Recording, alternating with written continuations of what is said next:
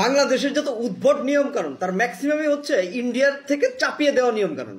তার মধ্যে একটা হচ্ছে যে আনিশা যে এইচএসসি পরীক্ষার হলে ঢুকতে পারলো না, এইচএসসির যে মেয়েটা আনিশা, সেটা হচ্ছে তার একটা দৃষ্টান্ত। হ্যাঁ, নিশ্চয়ই এই বিকৃত নিয়ম কানুন ওই ইন্ডিয়ার থেকে আসা ছাড়া আর কোনো কিছু হতে পারে না।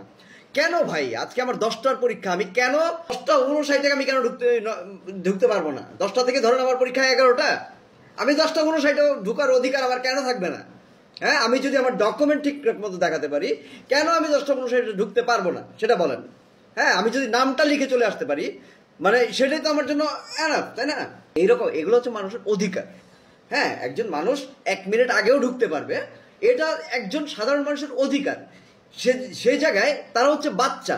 তো একজন বাচ্চাকে যদি আমি মানে তার অধিকার সম্পর্কে আমি শিক্ষক হয়ে না বুঝাইতে পারি, সেই বাচ্চাটা বড় হয়ে ঠিকই তো আপনার অধিকারটা সে নিজেও হরণ করে যাবে, তাই না? এটাই স্বাভাবিক। তো যাই হোক, মানে ইন্ডিয়ার এইরকম আরো কি কি ধরনের নিয়ম কানুন চাপিয়ে দেওয়া হয়েছে বাংলাদেশের শিক্ষা ব্যবস্থায়, সেইগুলো আসুন আমরা সবাই বিবেচনা করি। সবাই মিলে এই ইন্ডিয়ার ন্যারো মানসিকতা টাইপের যত নিয়ম কানুন আছে, আজকে নাচ গান করা হচ্ছে, আজকে নানান ধরনের মানে বিকৃত বিভিন্ন ধরনের শিক্ষা ব্যবস্থা থেকে শিক্ষা ব্যবস্থার উপরে চাপিয়ে দেওয়া হয়েছে বাংলাদেশের শিক্ষা ব্যবস্থা থেকে। ইসলামিক ইয়েগুলো উঠিয়ে দেওয়া হয়েছে। একরকম মানুষের ধর্ম বইয়ের মধ্যে থাকে ঠাকুরের ছবি, ঈশের ছবি থাকছে, খুঁজে পাওয়া যাচ্ছে। মানুষের ধর্মের বইগুলোর মধ্যে মানে অনেক সময় অনেক মানে মূর্তি পূজার বিভিন্ন ছবি পাওয়া যাচ্ছে, জায়নামাজের মধ্যে পাওয়া যাচ্ছে। মানে শিক্ষা ব্যবস্থায় পুরো হিন্দুত্ববাদ ঢুকিয়ে দেওয়া হচ্ছে। আজকে আমার মহানবীর অনেক চ্যাপ্টার উঠিয়ে দেওয়া হয়েছে। মানে শিক্ষা ব্যবস্থা, মানে মুসলিম একটা দেশ হয়ে মুসলিমের কোনো কিছু স্টাডি করতে পারছে না, সবচেয়ে বড় বিষয়। এদিকে নাচ গান, মানে খোলামেলা, হ্যাঁ, ছেলে মেয়ের কম্বাইন্ড যে ব্যাপারগুলা, হ্যাঁ, এইগুলা সব এই হিন্দুত্ববাদদের মানে চাপিয়ে দেওয়া, মানে ইয়েগুলা। আর হিন্দুত্ববাদ বলতে সেই উগ্র হিন্দুত্ববাদ, এটা ঢালাওভাবে আমার বহুত হিন্দু ভাই আছে, হিন্দু বন্ধু আছে, যারা কিনা এত বেশি তাদের এত চুলকানি নাই। হ্যাঁ, আমি বলছি সেই ইন্ডিয়ার উগ্র হিন্দুত্ববাদের কথা, যারা কিনা বাংলাদেশকে নিজের কবজায় নিতে চায়। ওরা বিশ্বের প্রত্যেকটা দাঁড়ে দাঁড়ে লাথি উষ্টা খেয়ে ওরা এখন চায় বাঙালিরাও কিছুদিন আগে লাথি উষ্টা দিয়েছে, তবুও ওদের শিক্ষা হচ্ছে না।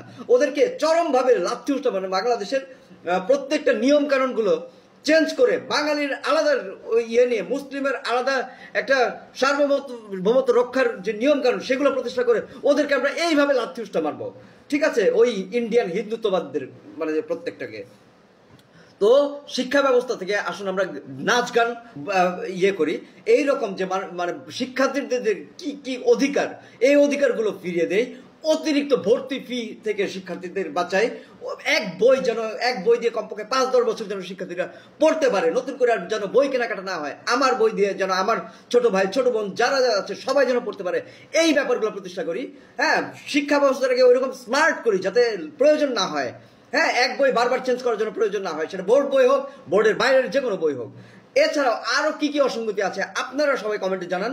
এছাড়াও আরো যা যা আছে এই ধরনের বিকৃত মানসিকতার, একজন শিক্ষক মানে এটা মানে বলতেই হয়, সেই আগের সেই শিক্ষকের যে অন্যায় অত্যাচার, মানে নির্বিচারে বাচ্চাদেরকে যে মানে অপমান করা, অপদস্থ করা কিংবা ওই পেটানো, সেই সব নিয়ম কানুন থেকে বের করে আনি। এইরকম টিচারদেরকে আমরা ছাঁটাই করি। মানে আরো যা যা অসঙ্গতি আছে শিক্ষা ব্যবস্থায় প্রত্যেকটাকে আমরা প্রতিহত করি।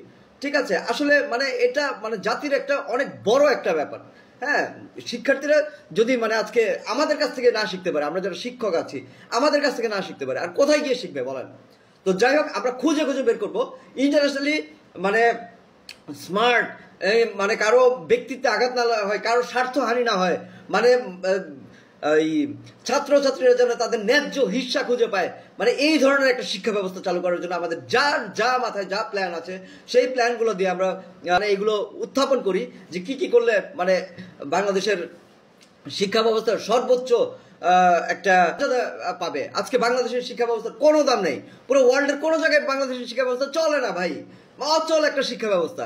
এই অচল একটা শিক্ষা ব্যবস্থাকে সচল করার জন্য যা যা করণীয় আসেন সেইগুলো করার জন্য আমরা প্রত্যেকের পক্ষ থেকে সোচ্চার হই।